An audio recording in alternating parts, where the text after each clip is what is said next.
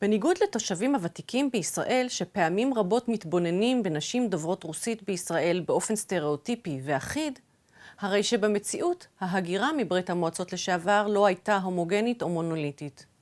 ביחידה הקודמת ראינו יצירות של וננה בוריאן ואלכס קורבטוב, שמתייחסות באמנות שלהן לסטריאוטיפים שדרכם רבים בחברה הישראלית רואים את הנשים המהגרות, ובעיקר הם רואים בנשים האלה קבוצה אחידה.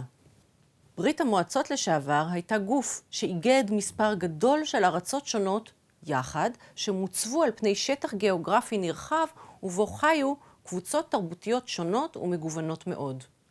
אפשר לראות את ההבדלים בין האומנות של יוצרות שחיו ברוסיה הלבנה, לבין האומנות של יוצרות שחיו ברפובליקות האסייתיות של ברית המועצות לשעבר.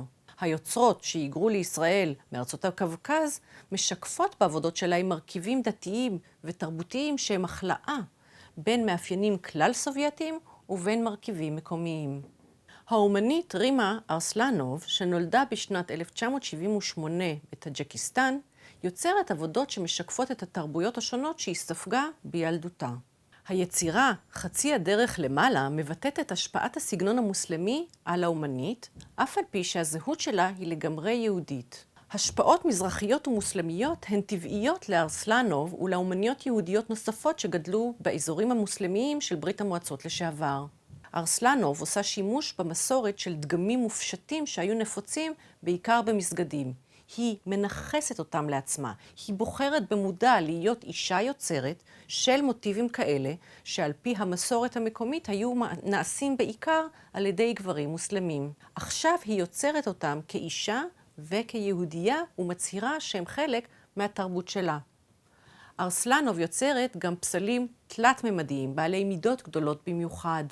בעבודה הזאת, שנקראת משרביה ונעשתה בשנת 2011, היא יצרה פסל גדול שממדיו הם 1.20 על 1.20 שמחכה אלמנט ארכיטקטוני של סבכה, שנקראת לפעמים גם גריד.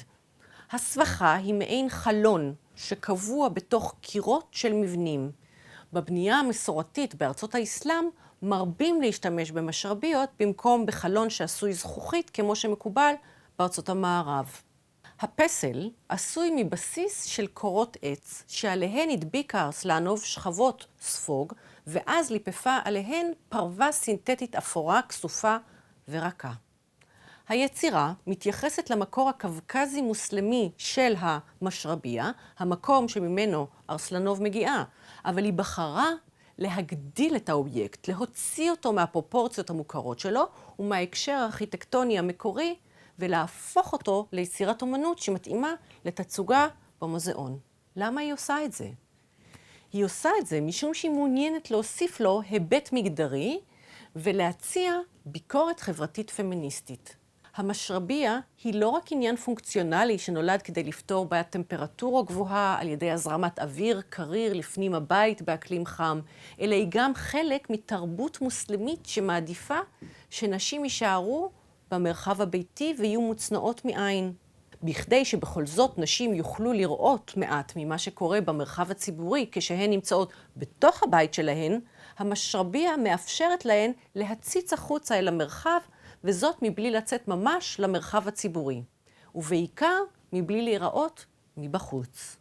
ארסלנוב מכבדת ואוהבת את הצורה הסגנונית של המשרביה, אבל היא מתנגדת למסורת שמבקשת מנשים בארצות מוסלמיות להיות מוגבלות אל המרחב הביתי. לכן היא מוציאה את המשרביה מתוך הקיר, הופכת אותה לפסל עצמאי ומגדילה אותה באופן מוגזם. הפעולה האומנותית הזאת מאפשרת לה להפקיע את המשרביה מהתפקיד המקורי שלה, מההקשר הארכיטקטוני שלה ומהמסורת שמגבילה נשים לבתים שלהן. על ידי הוספת הפרווה הרכה, ארסלנוב מוסיפה ממד מרכך למשרביה. השימוש בפרווה הופך את האובייקט הזה למשהו רך ונעים, שכמו מושך את היד לגעת, ללטף.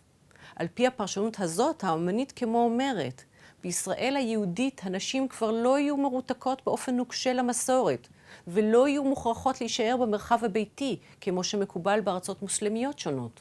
ארסלנוב ממשיכה במשך שנים רבות ליצור עבודות שבהן היא כוללת משרביות וגם מוטיבים נוספים של אורנמנטיקה אסלאמית. הדיון באומניות כמו ארסלנוב תורם לערעור ההומוגניות של מה שנתפס כהתרבות הרוסית. כדאי לזכור שמהגרות מברית המועצות לשעבר הגיעו מאזורים מגוונים. מי שהגיעו למשל מהרפובליקות האסייתיות של ברית המועצות לשעבר, מרכיבי התרבות שלהן שונים מאלו של מי שהגיעו מארצות שבחלק האירופי. כלומר, אין אפשרות להתייחס אל כל אנשים שהגיעו מרחבי הברית המועצות לשעבר כאל קבוצה אחת, אחידה ומונוליטית.